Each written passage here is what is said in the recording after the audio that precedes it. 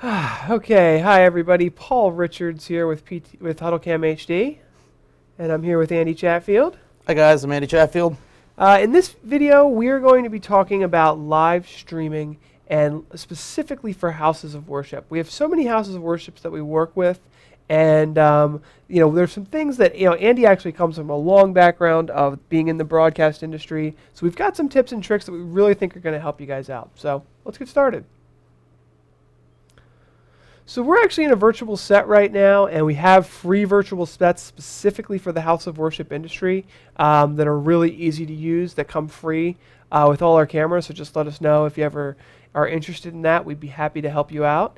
And what we're going to do is we're going to go over a little slideshow I have prepared, and then we're going to show you guys a couple tricks for live streaming. So one of the first things that we wanted to mention is there are a lot of live streaming services that are specifically for the house of worship market. I don't know if, Andy, you want to talk about them a little bit. Yeah, well, they're basically devices, either hardware or software, for bringing in your video stream, bringing in your audio, putting it all together, and then sending it out pretty easily. They're all basically designed for ease of use. And I've worked with a few of them, Church Streaming TV in particular, that worked really well to help me get all set up, get everything going, and make sure everything's up and running and streaming right. They're basically just all-in-one solutions to get your video and audio out to the world. Yeah, you can expect when you're talking to a church service company like this, like Sunday Streams or Church Online or Our Church Live, churchstreaming.tv, you can expect that they know the hurdles and challenges that churches face to get this stuff done. So they know how to simplify it. One of the things that they do that a lot of other CDNs don't think about is scheduling these things for Sundays, so that you might not have to do anything at all. Maybe they'll just schedule it for you on a schedule that works for you. Let's say you've got a church stream on at 10 a.m. and 11 and 2. It'll just do all the scheduling for you. But they'll also help you do branding, and really, they just built their entire platform for church industries. So it's worth reaching out to these companies and talking to them about what they have to offer. We went to WFX this year in Nashville, Tennessee, which is the largest house of worship technology show. And the number one thing we heard from technology associates and people in the church congregations is that they need to work with volunteers, and they need to make it easy for those volunteers to be able to run these shows. So we've come up with some tips on how to make it easy to work with people with little to no experience in audiovisual industry and be able to control, let's say, a few cameras, be able to do the transitions and effects, and ideally not only create a great live stream for people to watch, but potentially a really good post-produced production so that you can watch this stream later for those people who won't be able to make it on time, and then they can watch it on demand later. Yep. So working with volunteers is something that we're going to be focusing on. And one of the things that volunteers need to be able to do very easily is control a camera. So Andy, I don't know if you want to talk about some of the different ways that we have camera control and how that could apply to someone with little to no experience. So obviously the number one way people tend to control our cameras, especially in house of worship, is just using the remote control. Mm-hmm. We have right here. Yep. It'll work all the time. It's very easy to use. Left, right, up, down. You've got your presets. You got your zoom button. To go beyond that, what I see a lot of times in house of worship too is maybe people have a couple cameras and they want to use a joystick controller. We've seen a lot of people use just a couple cameras connected to a joystick controller, switch between them, do your pan, tilt, zooming, and presets that way. You can also use the same kind of cabling to hook up to your joystick, but hook up to a computer and use a piece of software to control your camera and do your pan, tilt, zoom, and presets that way. It's all about what configuration you want to use. What I've seen a lot in the house of worship is that there's minimal amount of people. It's usually volunteers who are running the equipment and things like that. So what they're usually looking for is ease of use and not a lot of people. So some productions could require 3 people. What they're trying to do is have one person run the entire show, which sometimes that can make it easy if you have your control software on the computer where you're already doing your live video mixing and things like that. it might be easier to control your camera from there. Maybe some people want an external joystick that's just sitting on the counter next to the computer. That could work as well. So. Yeah, we're going to talk about a couple different scenarios on how to make it easy. Andy mentioned the joystick, so let's take a look at this overview here. As you can see, we're actually controlling 4 HuddleCams with a single joystick. Yep. One of the other things that HuddleCam fits in really nicely is that they're really affordable cameras. So the other kind of problem that a lot of churches face is a budget that might not be able to afford 4 Sony or Panasonic cameras. Whereas you can see here, like the first HuddleCam 3X is only $399. You know, the 10X, even the 20X is only less than $1,400.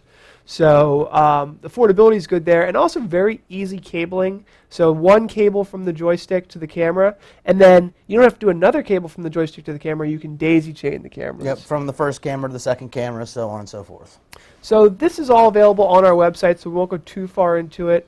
But we wanted to just mention that the joystick control is really popular because they one of the things I wanted to talk about a little bit is the difference between having a joystick controller and controlling one camera and doing fades. So I feel like that's a really important part, is the reason why you really should have 2 cameras. So we'll talk about a little bit about why 2 cameras is better than 1. And you know, we're not just saying that because you know, obviously it's better for us if you buy more cameras, but let's go ahead and just show how the difference between having 2 cameras and 1 camera. So let's say you've got 1 camera that you've got your wide angle field of view, and your other camera is zoomed in. So the professional way to switch between those two is not to use a joystick, and well, it is, but you use your joystick before you make the transition. Exactly. Right? So now when we switch back and forth between these two, actually a fade would actually be probably, or even a cut, between these two views, we're not actually using the joystick so people don't get kind of motion sick. Those either preset positions or camera positions that you already have, you're just cutting between the two. Of course, you can use a joystick. And the other thing we wanted to look at is, you know, when we're trying to make things easy, there's 2 really easy ways to give that camera control to someone who might not know what they're doing. And one is an iPad. So we've got an iPad here. You can connect it to your live streaming software and actually just have a button there that can do almost anything. You can program these iPads to do anything. And that comes free with vMix. It's also available through other applications as well. And you can literally just click a button and you'll make that fade transition or make an overlay, for example, of a title of someone who's speaking. Is that just an app that comes with vMix? It's actually served up from vMix. So I should be able to do a little screen share. In fact, if I wanted to show it really quickly to everyone. Yeah, actually, I had no idea about that. That's very intriguing. So if we go to the desktop capture, and what I'll do is I'll overlay a desktop capture here, and you can see in the settings area that there's a web controller, and this web controller here gives you a link. And let's say we were to open up that web controller here, it would give us access to all of these different overlays and previews and things like that. So if I just wanted to cut between one and the other, I could do so. So I just cut between, you know, our desktop capture and that. So that's in a nutshell what it does. That's very useful. It's very versatile for them to do that. That's pretty cool. Yep. So that's really nice. We like that that overlay effect. And let's see. I'll fade back to this one. So that allows you to use an iPad or any smartphone or tablet to control the meeting. Now, the only hiccup there that you need to be aware of is that the computer you're using has to be on the same network as your iPad or your smartphone. Now, the other thing we wanted to show off is something that's even easier than that, is a simple MIDI controller. And we've got one here, and we're going to show how that works. So let's see. Here's our MIDI controller here. This is a live video of the MIDI controller I have in front of me. And I've just set up a really simple button. So this is just a fade button. When I hit that button, it fades between the 2 different live camera feeds that we have here. So that's really all I did was set up that one button. This button I just really quickly set up to do a that does an overlay of whatever you have in your preview window. So that's really it. It's you can program it to do almost anything you want. Some of these USB MIDI devices too are extremely cheap. It's a very cheap way to control vMix and do your fades and things like that. So this was $100. I even brought out this little one here, which is about $40, and this one is wireless. Oh, so wow. you can go up to 30 feet away, and actually I'll just turn it on really quickly. I didn't sync it up. But the other thing you can do is you can actually color code everything. So you can have colors for, let's say these two are just for your fades. Maybe these over here are your overlays. I don't know how well those colors are coming in over the... I think you can see it. But there's a whole lot of different things you can do. I think the way to color code it is... I'll let you guys play around with this. But basically you can color code everything. Like let's say your number ones are your titles. Your number twos are your fades and cuts. And three, maybe these are your cameras over here. It's completely wireless. So this one's wired. The nice thing is you never have to worry about batteries or anything like that. One button, boom. You can have all of these B buttons over here, and you can put labels on them. And it just makes it for, we're talking about volunteers here who don't necessarily want to play with. You don't want them to have access to everything, potentially.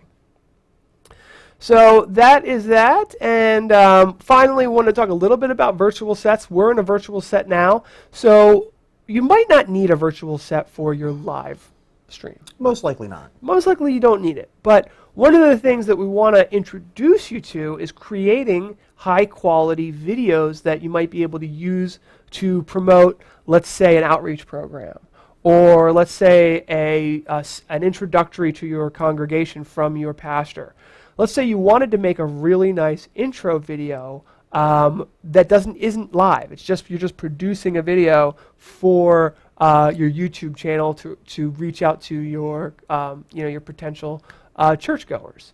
So to do that, you can use virtual sets. You just get a green screen. In fact, maybe what we'll do here, one of the things I like to do every once in a while, is show the fact that we're not in a modern boardroom that it looks like.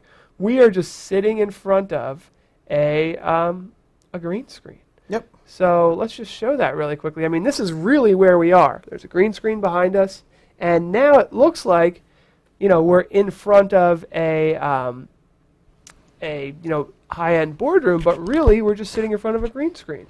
So that's something that you could set up very easily in your church to maybe, and I'll just show off one or two of our church setups here. So let's just show this one. So here's one here. Now I haven't set up the green screen for it, but you could imagine that blue man there would be your pastor. He would be your, the person that you are trying to show off. So now you can really build a dynamic, kind of great-looking video where it zooms right into your person, or you could even use this as a place where you display maybe the lyrics to the show. And so there's a lot of different uses for it, but we just want to let you know, we know how to use these virtual sets. We're happy to give them to you for free as a customer. They're not free for the public. It's only free for our customers. But it's something that you might want to look at as well. Just some tips and tricks for House of Worship Market. So that's really it, everybody. We'll just show off these. This is our camera line here. As you can see, it starts at $399 and goes all the way up to $3,000. The 3000 camera, the HuddleCam Air, is the industry's only wireless USB camera, so I could see that being really useful in the House of Worship Market. Yeah. Because now, there's so many tricky cabling issues that go on. You can just put that camera on a tripod up to 35 feet away from your broadcast studio and get 1080p back. The HuddleCam Air is also the only of this line that does IP streaming as well. So that can be very versatile, very useful in House of Worship. And IP control as well. And IP control, yes. So you can control the camera for a lot of different applications. And then on the other end of the spectrum, you can get started really quickly and easily with the $399 3X, 10X 720. And then I wanted to mention that a lot of customers have existing, let's say, an old Sony that's still standard def or something like that. And it's very easy to rip and replace with our cameras because they already use the Sony standard for control. Yep. So a lot of times that control that you already have in place can be used with this, this solution as well.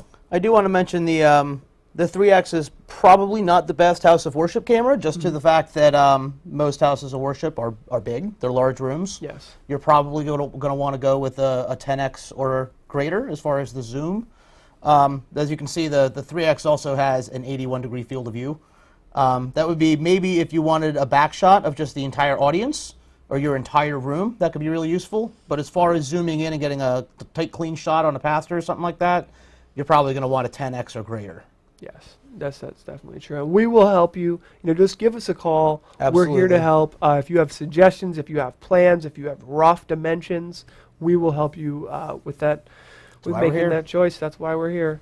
So other than that, I really think that we've covered everything that we wanted to. This is really just for you guys to kind of understand, what you can do with this type of technology.